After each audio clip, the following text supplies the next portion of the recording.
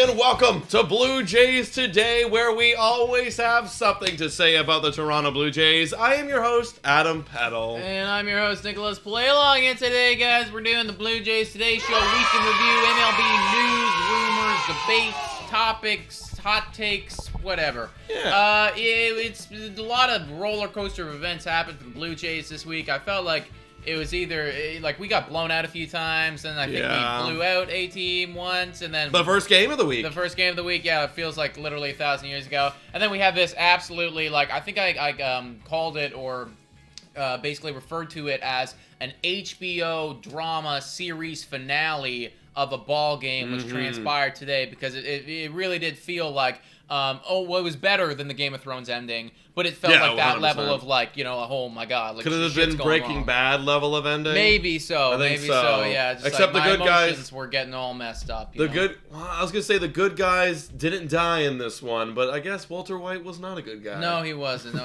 You can check out our other podcast looking into film studies. Yes. That'll be coming out very soon. That would be fun. Anyways, lots of stuff to talk about this week around baseball and Blue Jays. We had some injuries and had some rough games as well. Let's do a little bit of a week in review to just sum up what went down. It feels like 1,000 years ago, as I said previously, but Baltimore. Also, shout out to a subscriber. Yeah. Baltimore, we played those guys. How did that go, man? Dude, okay, this is where I felt like the week was going to go to shit after we split the series in Baltimore.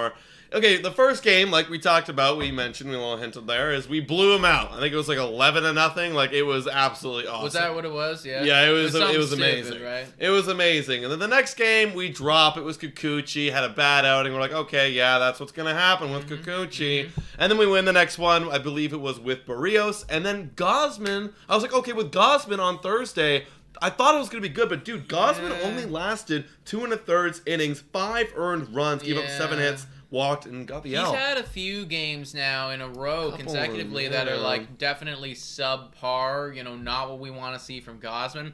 Definitely way too early to be throwing around overreactions by any means. Right. But it's also hard not to make some slight comparisons to what happened to him in the second half of last year, just considering he was so good off the top and then started to fall off as the season went on. Like I said, way too early to be, kind of saying that is what's going on, but just something to know maybe moving forward. Like I think what I've been noting in the last few starts is his splitter, they're not offering at the splitter anymore, because that was the highest chase pitch in all of baseball, and that stat just does not go unheard of when a team's like, oh, we're about to face Kevin Gausman. Well, we've heard that he is the highest chase pitch in a splitter. If it moves, don't swing. Yeah, like I think they were telling them, like, if it starts at the knees, don't even offer at it. If he throws it up, swing, because it's either going to split right into your wheelhouse, or you're going to smack a fastball for a home run. And they've been laying off all the splitters, and he's actually been getting a lot of called strikes down low in the zone with the fastball. So I think right now, anyways, it's an adjustment period. We talk about adjustments all the time, right, on this show, and this is an adjustment period for Kevin Gausman. He's going to have to figure out what they're doing. They're not laying off the splitter, so maybe you got to start throwing that splitter for a strike. For strikes every now and again. You gotta like put it in there, sneak it in there, because if they're not going to offer at it at all, okay, well then we got to steal some, because now they know you're absolutely right. Like, if that's always going to be a ball, then I'm never ever going to swing, and then all I ever need to worry about for you is your fastball, which isn't like, it's not 100, it's not a 101. It is definitely hittable. So I think Gausman's going to need to be making a bit of an adjustment, talking to Pete Walker moving forward, because 2.1 innings, 5 earned runs against Baltimore, not good enough. Yeah, no, it's not. He's going to have to definitely bounce back, because we need him. He's part of the core 3, and we cannot have our core 3 being shaken up like that. Speaking of shaken up pitchers, Kikuchi. To pitch today, he pitched in that Baltimore series.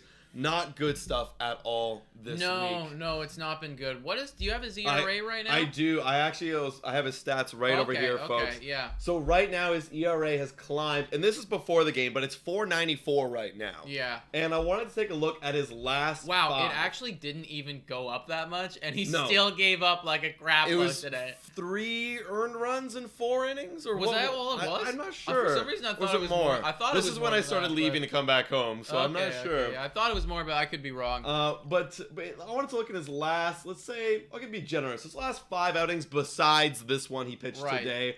He has an ERA of 7.23 in that time. Gross. And if you look here too, I love Baseball Reference how they show what his ERA was when he pitched this game. Yeah. And you see it went all the way down, and we're like, oh, he's getting hot. Yeah. Now it's going all the way back up. Yeah. Not good. Not good stuff. I mean, I think you keep referencing and saying that you want Steven Matz. I want Steven Matz. You know, Steven Matz from 2021, not Steven Matz previously.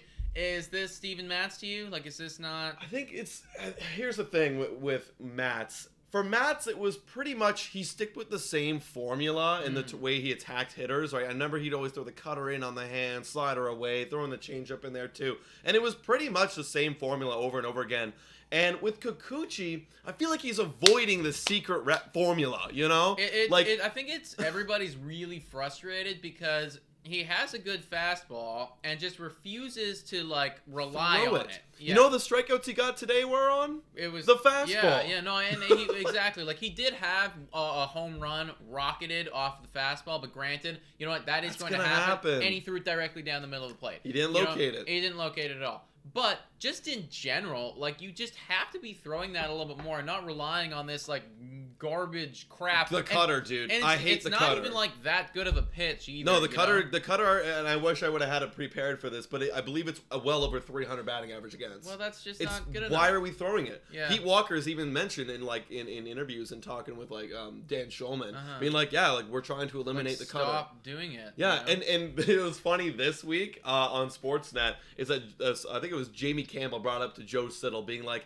well, another thing to factor, and I hate to bring this up, but could it be a money situation? He's gotten paid, and now he's like, I don't really need to make an adjustment because I'm paid for the next 3 years. Well, if that's the case, then, like, screw you, Kikuchi. Screw you. You know, like, I hope that's... I don't think so either. Exactly. I don't even want to get into that, levels, because, like, that almost feels like we're attacking his character there, and, like, I don't know anything about you, Kikuchi. That's why I felt shocked when Jamie Campbell, of all people, brought it up. I'm like, what? That seems... Damn. That's out of his character. That does seem a little strange for him to be bringing up, but yeah, I don't want to go there. We know nothing about you, Kikuchi. All we do know is that your cutter's bad, your fastball is good, and we want you to start throwing the fastball way more than the cutter, because that little stretch there, just simply unacceptable. We cannot have it, dude. Yeah, not at all. Especially because Blue Jays now have just lost one of their rotational pieces. Hyun-Jin Ryu's tenure with the Blue Jays, you could basically say, is done. It's done. You can say it now. It's like, he is going to have Tommy John, and I don't really see a guy his age. I think he's 34, 35 right now. I do not see a dude, 35, thank you. Yeah. I don't see a 35-year-old Hyun-Jin Ryu being able to bounce back and then start throwing next season at any point. Yeah. It's just not going to happen. Because, guys, we know Tommy John roughly takes about, like, from the moment you get your surgery, from the moment you're back able to throw on a major league field, it's about a year and a half, right? Glasnow, Glasnow on the Tampa Bay Rays, he got Tommy John about mid-year last year, around this time, too, when they got rid of the sticky stuff. Right. And he's not going to be back this year. So, he's done. Yeah. He's done. So Ryu is basically finished. So what does this mean now? So now we have 4 rotational pieces, and we're missing a spot. Yeah, we are. You know, we have to now adjust to life without Hyun-Jin Ryu. First off, just looking at that contract in review, not the biggest W there. No, not the biggest W, because those big $20 million pieces for this year and for next year, those will still be paid out. Yeah. Ryu will still be paid as he recovers. Yeah. As he should be. Fair enough. Like, you signed a deal. That's the deal. It's a deal. It is what we did. But ultimately, we really only got one good season out of him, which was 2020. And it was like 2 months. And it was about 2 months. So basically, this 4-year, $80 million contract can be summed up to 2 good months and then subpar injury. The rest of it. So that's done now. We can just throw that in the trash bin and that's finished. But we do have only 4 guys that I can actually, not even that I can trust all of them. No. We just talked about Kikuchi. Yeah, we can't really trust Kikuchi. But we only have 4 starters. We'll put it that way. I think that something needs to be done here. Is that something a trade? Is that something a call-up? Is that something like we just got to get tripling the innings? Like, what is that something? Well, I was going to say call-up, but we did get news today that Nate Pearson left the game with another injury today. Another one. I really actually feel bad for Nate Pearson. Me too! I really actually feel bad for Nate Pearson because obviously he doesn't want this. in his dreams of dreams, he's pitching for us with a 2.5 ERA, kicking ass. Mine too. Yeah, literally, me as well. But that is just not the reality. And this is one of those sad experiences, I think we're watching it, where a very talented player is just not going to make it because he keeps getting hurt. It's probably, we're gonna do the sound effect. Yeah, that is really what is going on here. I hope that he can figure it out in a year or 2 years. It's not that he hasn't figured it out. Yeah. It's just he just keeps getting hurt. But I do think that literally what we're watching is a very talented guy. His season is. I just would have made it if it wasn't for that goddamn knee. And he can actually say that truthfully because you see it a lot in Tinder bios. And usually they're lying. Usually the boys are lying. You wouldn't have made it. No, Nate Pearson, you actually would have made it. You are just getting screwed over. He is. So with that being said, I know we have a lot of other prospects in the system. We keep hearing about this guy. I think his name is.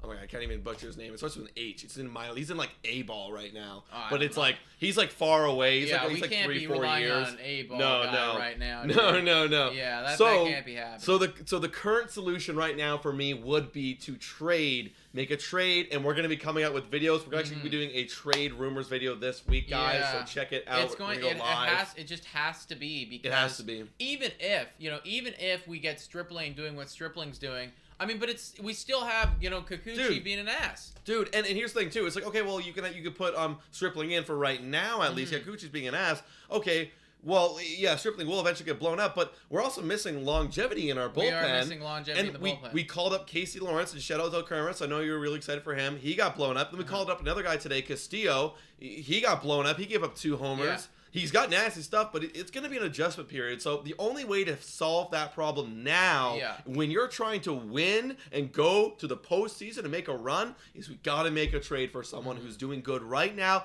Preferably, I don't think it's going to be a big piece because we're just trying to fill a 5th and 4th role. And frankly, it's just I don't know if we can handle a big piece right now or a big money piece necessarily. Exactly. Because it's just if it's a big money piece, you're looking at the Blue Jays right now. They're paying $40 million for a guy who's never going to pitch for us again. In freaking Hyun-Jin Ryu. They're paying $36 million for a guy who could be a complete bust in Yusei Kikuchi. He's a science experiment. Yeah, we have so much money locked into Kevin Gausman. So much money locked into Jose Barrios. It's I don't know if we're gonna need to pay money into Manoa. We can't be. I don't really know if we could be getting another guy to send a lot of money to, but we do need to make a trade of some kind. So and just adjust to life without Hyun-Jin Ryu. Yeah, agreed. All right, you want to talk about the guys who are actually pretty good? We talked a little bit about all the negative stuff, but we gotta shine some light. Sure. As we make our way towards our most coveted award, I would think. All right, let's first start off here. Actually. Let's start. I got a fun one before I get to the big boys. Right. Gabriel Moreno this week played, I think it was 3 games. He went 7 for 12. That's pretty good. With 4 RBIs. That's pretty good. That's pretty good. The other night when the Yankees beat us 10-3, he had 2 of those RBIs. He did, yeah. I mean, I think he was our only hit. For a long 6 period. or 7 innings, it was just Gabriel Moreno. Yeah, and then the other RBI, Alejandro Kirk, when he hit a homer this week. Exactly, and I mean, Gabriel Moreno, so far, super duper short in sample size. Does look like the real deal, though. I'm liking what I'm seeing right now. I do. So it's just Kirk, Moreno, they are both all-star potential catchers. So I love it. It's we're in a good situation. Also, I want to talk about a few more people, but did you hear that maybe Danny's going to be joining the team on the road? Maybe to... I didn't hear that, but I can believe it. Yeah, he could be coming back, so we might have 3 guys. We might actually just need to be in a situation where we just have to have 3 catchers. Yep, that's just the situation. They're all just too good. That's just the situation.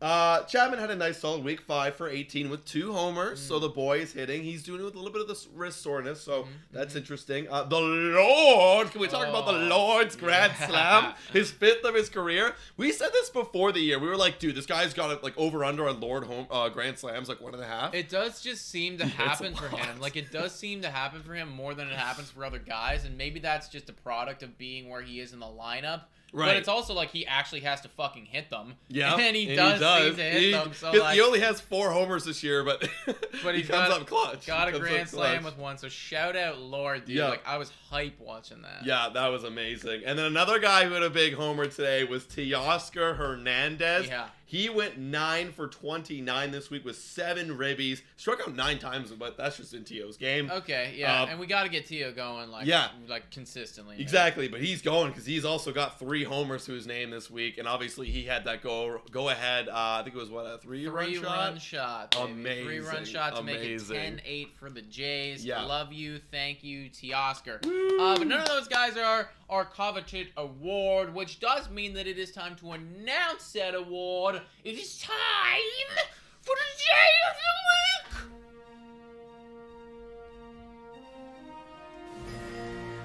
Alright, everybody, it's time for the Jay of the Week!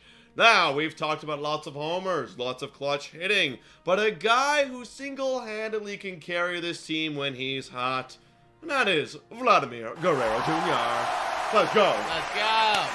Yes! Let's go, Yes! Dada! Yeah. Let's go, Dada! Oh, Daddy, oh, Daddy. So, Daddy this week, he hit .407. He had a .407 batting average, 11 for 27. I know. Daddy. Dude, my dad was coming up clutch. And, my dad was also linking up with my other dad, Kirk, with some great defense That's today. your dad, guy. You can't just claim these. He's my dad! It's everybody's father. He's my dad! Right? We can all appreciate him on Father's Day, guys. Happy Father's Day to Dad. Yeah. You know what? This is a great time to get Dad his award. Yeah, absolutely. Okay, I swear I want to make an intro where he's like, dude, okay, I'll get to his stats in a second. But imagine an intro when he's up to the plate where a dad's holding 2 babies and it's you and me. Our faces are on it. Oh my god. Okay. We have to now. We have to. I'm throwing it out there for Father's Day. He had 7 RBIs this week, 7 runs scored, 3 homers, a double, and 4 walks. So yes, thank you to our father, Vladdy. Day of the week. Let's go, Guerrero. Let's go. You're kicking ass, dude. Good work, Vlad. Another kind of dad for the team and somebody who I think needs to be acknowledged because I think he's done a pretty damn good job this year. I know some of you guys get on him, but it's the coach. And it's Charlie Montoyo. Yeah. And that dad is showing that he's got some firepower this season. Now, we always used to get on Charlie about not really getting on other people. Mm-hmm. And he's definitely doing that. Can we flip the screen over and show these people? Ethan Demandas, I think that's how you say his last name, with the blue check mark. He's come out and said, and this blew me away. This is awesome. Charlie Montoyo now leads all MLB managers in ejections this season with 4.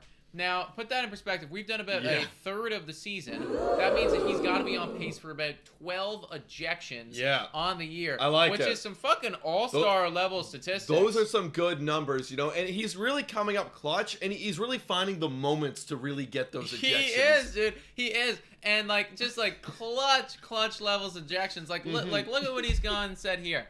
Hashtag Blue Jays manager Charlie Montoyo politely encourages the first base umpire to wake the fuck up and gets ejected for his trouble. Now, that happened on June 18th, so that was yesterday's game. Yeah. And I just love how this is put, too. Yeah. Politely. And you already fucking know that Charlie actually did ask politely. Oh, yeah. He probably did say... No, can you wake the fuck up? Please wake the fuck up. Just please. Yeah, you already know, he totally did. And I just, fucking love it, man. So, Charlie Montoya, you are starting to have a special part in my heart. Yeah, me too. And I appreciate you. No, and you're doing a good job. For me, guys, he's really coming into form, right? We gave Vladdy time, right? I know a lot of people are still giving Biggio some time, right? Yeah. But you got to be patient with these all-stars. That's what I'm saying. You know what I mean? That's what I'm saying. Right? He came in so young, as a manager. He had a good background experience, with the Rays system. He had great development. We're starting to see it starting to come through. No, totally. He's having his breakout all-star season. Yes, he is. He had some positives in those first years, know? And now, we're really just having some good ABs and,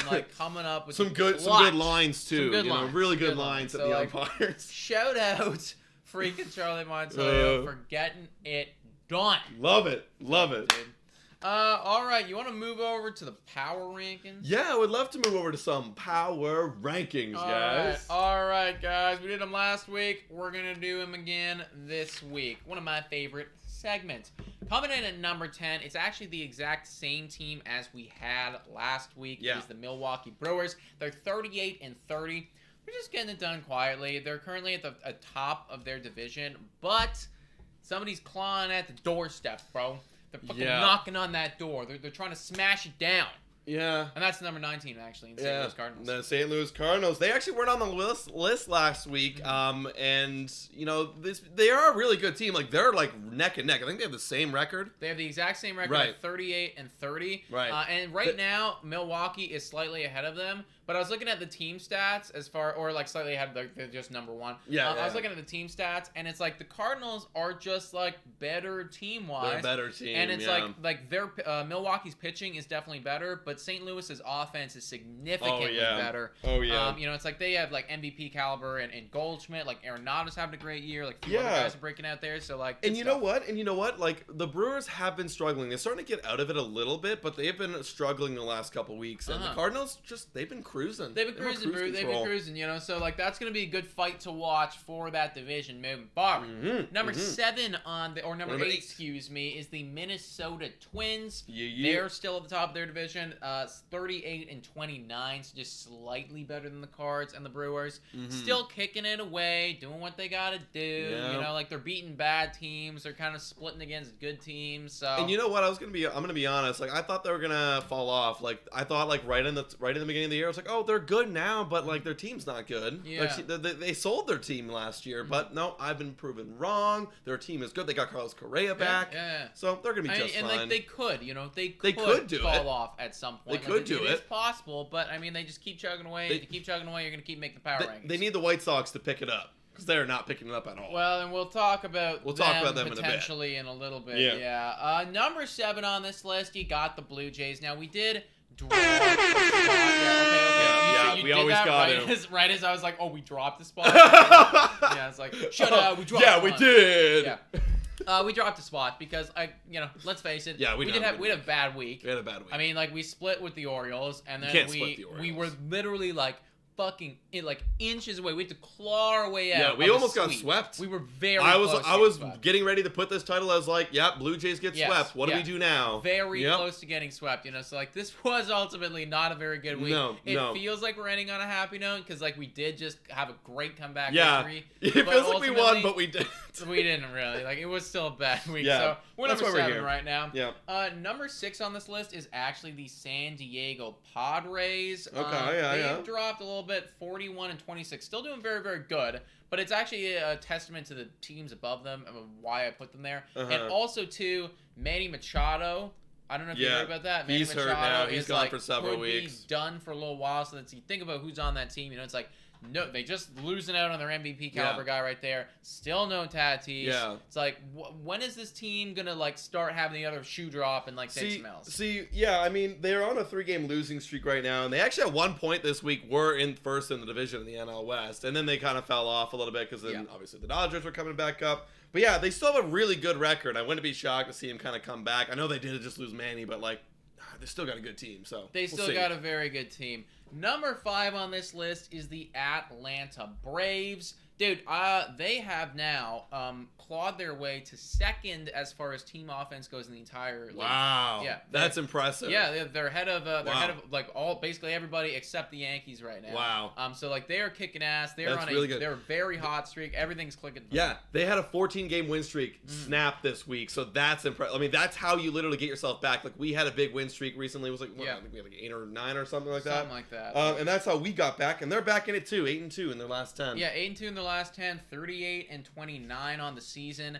And it just like, I feel like now, like if they're going to do this, I have to keep putting them in the top 5. It's like, you won the World Series last year. This is what we thought that you were going to be. You're back now. And now, like, you are back. Like, you are officially back. And their pitching's still good, too. Their pitching's still good. Yeah. They have a great bullpen, too. Number 4 on this list is the Houston Astros. 40-25. They're still kicking ass. Yeah. They dropped the spot. They went 5-5 this week. I mean, like, we went 5-5 in the last 10. We went 5-5 last 10. They're good. They'll be fine. They'll be fine. That's it. And it's like they dropped the spot because it's the Dodgers who is number 3. And it's the Dodgers are 40-24. And they're really good at baseball. Yeah. And like, I mean, this top 5 is just so fucking boring. However, I will want to throw a little note in here. Like, they have been slowing down the Dodgers. They are also losing Mookie Betts. He got a fractured rib the other day. That is big. That's their all-star. Like, that's their guy this year. So he's gone. So a little bit of a crack in the armor in that top 4 spot. So we'll see. I would love to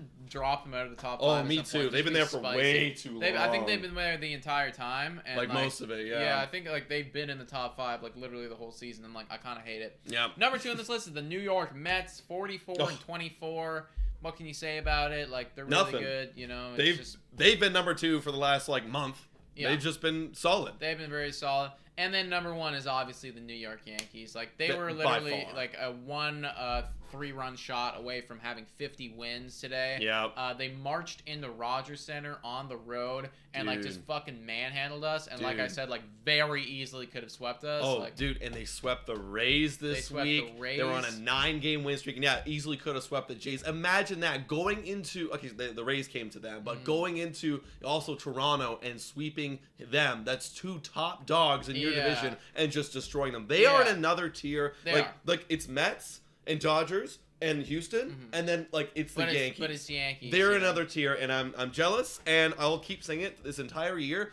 Win like this, and I think I saw another stat. This is the 3rd best start in the last 66 years in all of MLB. I believe it. Right? I think the best start was the 2001 Seattle Mariners. And the 2001 Seattle Mariners went on to have the best record ever. Yep. You know, and so it's like the New York Yankees are on pace for that. Like they could end up doing that. Yep. So you have to win.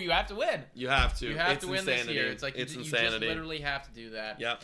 Can we pull up the MLB standings really fast? Yes, I want to take a look now that we are, you know, a bit like 3rd into the year, like a little bit more than that. It's a good time to look at the biggest team that's kind of been busting, that hasn't panned out for us, you know? Okay. I was thinking for a while there it was going to be Atlanta. I was thinking for a while there it was going to be Boston. No, you know, back. It's like I was thinking for a while there you could make an argument that the Phillies were doing that, but now the Phillies are crawling back into this. I know what it is for me. It's pretty easy for me. I think that there are 2 teams, in my opinion, that are really not doing what they should be doing. I know what they are, and I think they're both in the AL. Yes, they are. Yes, they are. Who do you think I'm talking about? First one, Chicago White Sox. Yeah, they're busting all over the place. It's like a really bad porno. Mm-hmm. It's oh, God. it's disgusting. That is an image. It's a good one, right? Yeah. They're busting like crazy. We talked about them last week. Tony La Russa needs to go. They have one of the worst offenses in baseball from a team that should have one of the best offenses in baseball. And they're not doing it. And Minnesota and the Cleveland Guardians are making... These are 2 teams I would have said would have been like... I would have said before this year, it would have been White Sox, Detroit, Cleveland... and then Kansas City, Minnesota. You have guys who should have been in the bottom, not even touching playoffs, in the playoff spots right now. It's just like I would have, if I had to bet my life on any one team winning their division, it might have been on Chicago. It might, literally just because based on the competition and based on how confident I was in their squad, if I had to have done that, it might have been on the Chicago White Sox. Yeah. And I would have died because right now they are sucking ass. Yep, they are sucking ass. We play them this week. We're gonna, probably when this clip is coming out, we will have a game against the White Sox. And I'm really not that intimidated. No, I'm not at all. Which is kind of crazy. Not at all. You know, and like I marked this on the series or the schedule a long time ago, being like, oh boy, we're going into Chicago. This could be bad. Yeah, no. I'm not that concerned. No, you know, not I'm at really all. not. Not at all. Second team, who do you got? It's definitely, I know what it is. The Seattle Mariners. That's the one I'm talking about, buddy. They're worse. They're worse than the Chicago White Sox. 29-38. Like, you go out, you get Robbie Ray, you make all these trades, you get Adam Frazier, you get Jesse Winker, you get Eduardo Suarez. Like, and it's like, how do you go out and do all of that? And then what is this? And then do this. I remember in the offseason thinking to myself, holy mother of God, like, that lineup is good. It's thick. It's thick. And it's just not working out. Like, Jesse Winker is not coming into his own right now. Robbie Ray, like, that signing could end up being a complete bust. It's like, this is just, like, nothing is going right for Seattle, and especially having, coming off of a year where they, like, scraped together a winning record and really, like, fought for it. Dude. You were thinking that they were going to do better, and they're just not. Well, here's the funny thing. You know what we talked about a lot last year? The run differential. -51, and they somehow were up here. I mean, look at it's a common thread. You have a high winning run differential, you're in the top. Yeah, you're right. What was this? And then when you go back, I think they were like -15. Like, it just was, like, now you're starting to see, like, oh, this is what happens. We're seeing the other shoe drop. Yeah. We're seeing it's like -19. Yeah, it's like, I think maybe they got a false sense of hope last year, being like, oh, wow, like, we won 90 games. Yeah. But really, it's just like, you're not always going to win those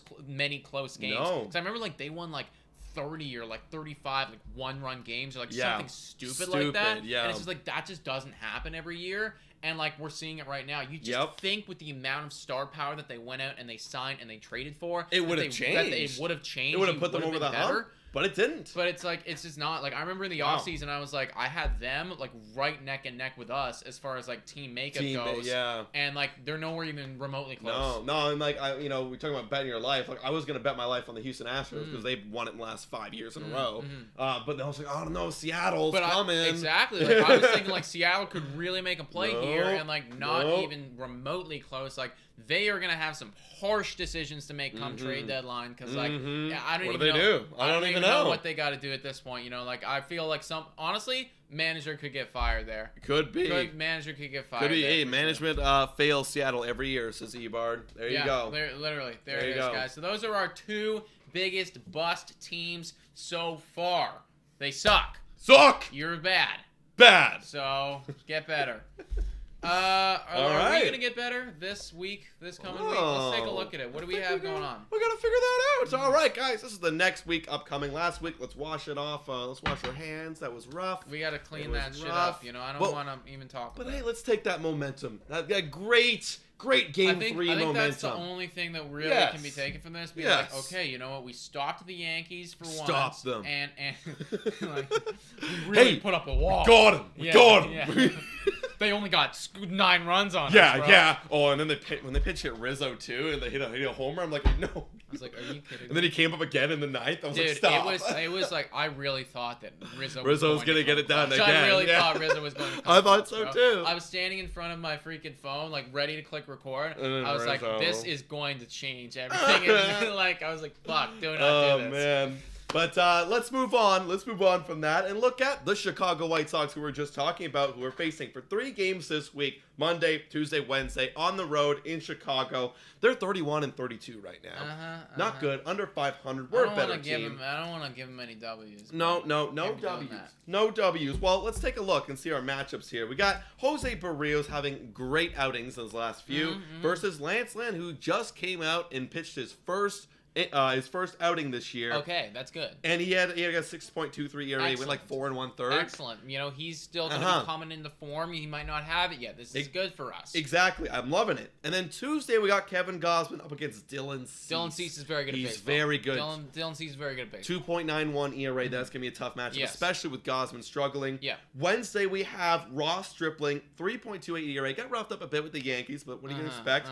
Still good on the year versus Giolito, who got destroyed out of my fantasy league, and I was getting nervous. And it was not good. It was not good. Okay. His ERA skyrocketed to 4.78. Right. Those are our 3 matchups, Nick. What do you think is going to happen this week? That is a tricky one for sure, buddy. Tricky. Yeah, especially like because it's a Stripling. You still don't have my trust yet. Right. Gosman, you're concerning me a little bit. Yeah. You know, actually, I do think we're gonna lose the Gosman start just because like, the momentum of Gosman right now, and like Dylan Cease really good. Is just a. And it feels like we're definitely not gonna sweep these guys. So like we're definitely gonna lose that one. And I just want to say. Like, I just want to believe that we're going to win, too. No, like, that. Me too. Like, in my heart, in my soul, I'm like, I feel momentum here. Even though we had a bad week, I'm like, that last game gave me some life. Yeah. I think we're going to take 2 of 3. Okay. We're going to win the Barrios start. Okay? Yeah, I'm feeling good about the Barrios start. The Gausman start we could lose. That's what I'm leaning to. And we could lose Stripling, but, you know, I'd say like 75% we're going to lose the Gausman. 25 we're going to lose Stripling. So it works out in the end where we win 2 out of 3. Okay. You know? Okay, yeah. There's some quick maths from Adam there. So yeah, we went 2 out of 3. Let's do it. All right. Next, we have an off day Thursday, and we face the Milwaukee Brewers. We're going to Milwaukee. Nice. Super cool. We're gonna see Rowdy Tellez. That'll be lots of fun. Yeah. Let's get rowdy. Yeah. On Friday we have Alek Manoah, who. Oh no, his ERA is 2 now. Oh no. God damn it, bro. Facing Hauser, who's got an ERA of 4.24. Then on Saturday we've got Kikuchi up against Corbin Burns. That's an L. That's an L. We're just going to say that right now. We're going to lose that one. Sunday is Barrios versus Ashby. Never heard of this dude, but he's got a 4.25 ERA. What are you thinking, Nick? What are you thinking? I mean, the Brewers are sticky, bro. The Brewers are definitely sticky, and they're a good team, and we're away. Yeah, they have. We have a slightly better record than them, if I'm not mistaken. Yeah, it's just slightly better. I think we have the same amount of wins, just like two fewer losses or something like that. Yeah. So I think it's gonna be very close. Again, I want to just believe that we're gonna win too, so I'm just gonna say that we do that. Right.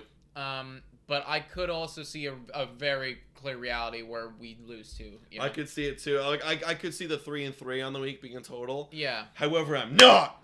I'm not. I think we're going 4-2 because I believe in the momentum. Right? Remember I talked about the momentum. Yeah. Everybody. Yeah. It's gonna be there. It's gonna be there, and the boys are gonna go 4-2 on the week. I think we're gonna win Manoah. We're gonna win Barrios, and we're gonna get killed. And I think Kikuchi. You know what? I'll be honest. I think we need to go 4-2 in the week to make up for the fact that we literally split with Baltimore and then got almost swept by the Yankees at home. You know, because like you say, you want to go 500 on the road. Well, you're only allowed to do that if you're winning more at home. We did not. And we did not win more at home, which means that we have to pick up a few on the road here. So we got to go 4-2, guys, against some good teams. And you know what? I think I'm actually like 60%, 65% leaning towards. I think we're actually going to go. We're going to do 4-2. I think so. I don't know what it is. I think the offense is like hot. You know, we just had to like play super hard against the Yankees. We're gonna keep that level of playing mentality to these teams and be like, whoa, we just whooped them. Right. You know, we just absolutely destroyed them. So that's what's gonna happen. Okay, so some big W whoopages from the Blue Jays this week is what we're predicting, guys. Yeah. Love to see it. All right, final segment of the show. It is that special time of the week where we get to spin that wheel. The spinning fortune, baseball, colorful, future determining, stat analyzing, and it's a wheel that we spin every week. It is, in fact, a wheel. We spin it every single week. We spun it last week. We're going to spin it this week. We're going to spin it the week after that. We're going to keep spinning the goddamn thing. Yes, we are. Yes, we are. And what happened last week? Let's take a look at it right here, folks. Oh, no. You got me again. You got me again. Now you're up to a 5-point lead. What happened? I took runs. We got runs. I took Bo Bichette for runs. You took Springer, and you had the bonus player, and the bonus player was Vladdy. I should have went with my gut. Actually, my gut said Bo. Yeah. But Vladdy was the choice because he got 7. Bo got 4. Okay, so that's okay. Yeah. Wait, this is not the right week. Oh. Which was it? So I'm like, what? Bo didn't get 4. That still happened. Oh, yeah. He got 3, and they got 7. Yeah. Okay. And then the one category I did get was ERA for Barrios. You chose ERA for Gosman. He got destroyed. That's just like an awesome. And then for K per 9, which we're going to switch up this week, we're going to say you cannot choose relief pitchers. I did choose Romano, and he did lose for me. Right. And you chose Barrios. K per 9 was 11.6, and Romano was 10.1. I just think it'll be more interesting if like it's starters, and then they actually have to go like 5 or 6 innings. Yeah, so exactly. You'll have something to work with. I like it better. And it is your week this week, so I will spin for you, and you can let me know what you want. All right, let's get it. Let's get it. What are we going to get? You guys guess along, too, or make your predictions. Make your wheel. Make the picks, guys. Make the picks. We're missing the bonus player. We're getting walks by the batters. You know, I'm so disappointed that we haven't hit J Killer once yet. Me too. I'm like, that's literally my favorite fucking category, and we just don't get it anymore. All right? I want it. I'm going to spin it for us soon. I'm going to spin it. Okay. But what do you want for this? So it's my week, and it's walks. Yes. Okay, we're looking at the week. I'll read it out for you because I got them all here. Bichette walked once, Springer 4 times, Vladdy 4 times, Kirk 4 times, Teo once, Lord none. Oh, yeah. So honestly, you can go. You can go. I can yeah, go, you can go. Okay. I'll probably take. I think I'll just probably take Guerrero. Yeah, that's the good one. That's the good one. Guerrero. Yeah, he's always consistent. He's always gonna walk. He'll always be up there. He might not always win every week, but I know that he'll be competitive. Yeah. So we'll go Guerrero. You know, I'm really tempted to do Kirk. I think I'll be like. I do think that is probably the choice. Honestly, I kind of want to do it. Yeah, I think that's probably the choice. Like we know him. Yeah. He's going to have great ABs every single time. Yeah. You know, so I don't think that's a bad selection. What do you do last week too? Like, Well, last week he was smacking a fuckload. He was smacking a fuckload. So... He got 2 walks. Springer got 3. We're walking too much. Springer's not a bad option, too. He does have a great eye and a great on base. But I do want to do Kirk, because he does get... You know what? Let's do it. I was leaning him. I want it. Kirkinator. All right. Let's go. We got Biggio sits a lot, though. Kirk was the most to walk in the New York series. Definitely Biggio for walks, but yeah, he does sit a lot. Yeah, that's the problem with Biggio. It's like, literally, it's like, you just won't get the same playing time as Guerrero. And home runs, baby. Home runs, man. Well, I gotta choose Vlad. I mean, I'm going, like that I just have to choose. Yeah, that's reasonable, buddy. That's reasonable. He's hit 17. He hit 3 this week. Pretty good.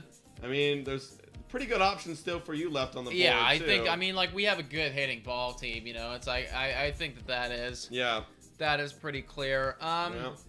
Now, I gotta decide whether or not Tio is hot enough to go with that. Yeah. You know, it's like... Well, Tio hit 3, guys, to update you, and Vlad also hit 3. So. And what did Springer hit this week? Springer hit... he hit 1. He hit 1. And Chapman hit 2. I'm not choosing Chapman. Yeah, I know. What do you mean? I think you should. It's between Tio or Springer for me. Those are the 2 that it's between. Ew, what do I want to do? Is you just gotta beat Vlad somehow. I feel like Springer is just like he'll always be consistent. Yeah. You know? Like I know what I'm gonna get from him. Yeah. But like if Tio continues his hot, like if Tio's in one of his like really hotness streaks, and it's like he could really pop off. What should I pick here, guys? Tio. Lourdes hot streaks as Dulkermas. Lourdes, yeah, I agree. I hear what you're saying, guys, but like Lord doesn't have the same levels of pop as these guys. Yeah. You know, it's like I could totally see He's only at 4. I could totally see Lord hitting like 400 this week, but having like 3 doubles and like 8 singles or something stupid. You know, like I could see that reality happening. Go with the Lord, says Dulkermas. Trust the Lord, Nick. I want to, but I don't know if I can, guys. It's either teeing off or it's Springer Dinger time. What are you gonna choose? And no bad decision. No, it's no bad decision. You know what? I'm gonna shoot my shot with Tio. I haven't picked him yet, so just like see what happens there. I like Tio. He's hot. All right, last one, folks. What's it gonna be? Let's get J Killer. Come on, J Killer. This is a good one too, because like there's no real like clear J Killer. We got K-9. I fucking hate this one. Okay, but now we can only choose starters. Yeah, this would have been such a good week for J Killer as well, though, because it's like there's no Aaron Judge on this team. Like there's no like real like number one like easy selection, but whatever. Well, we got Brios been good. Gosman does K a lot, but he does K a lot. I think he does have the highest K per 9 on the team, but it'd be risky. Is that Kevin Gosman? Kevin Gosman. Manoah doesn't K so much. But I guess I gotta go with Brios. I mean, Brios, yeah. He's been hot as hell. Are you doing it? No, my gut is saying that Gosman's gonna bounce back. It's telling me. Okay. It's telling me. Who's he facing this week? I mean, like they're not. It's not gonna be great either way. Like it's Rios does go twice. Well, that doesn't change anything. It just makes it more even. Yeah, like it could. Like he could have 2 great outings. You know what? I'm gonna go against. I'm gonna go. I'm gonna go Gosman. My gut's telling me. All right. He's gonna have 1 outing, and he's gonna get like 6 innings and like 9 strikeouts. He's gonna bounce back. Okay. He's gonna bounce back. I'm calling it. You know what? I feel the same way about Alek Manoah actually. Okay. He's gonna have a big bounce back game. He's gonna be angry. He's gonna come out to freaking Milwaukee. He's gonna pitch a gem. He's gonna get 8 strikeouts on the day. Now, hopefully those 8 strikeouts will be enough to beat Kevin Gosman. That's what I'm saying. I'm feeling it. All right, guys. Folks. Those are our selections. Comment down below who you think is winning this week. Adam's going to need to have some W weeks moving forward. Kirk, Gosman, Vladdy, all need to pop off the ground. But, guys, please let us know also what you thought about everything that we talked about today. Freaking Charlie Montoyo getting ejected. Freaking Kikuchi being bad. Ryu, the bustiest teams. All of it. Let us know in the comments. Hey, guys, thank you so much for watching. And go Jays, go!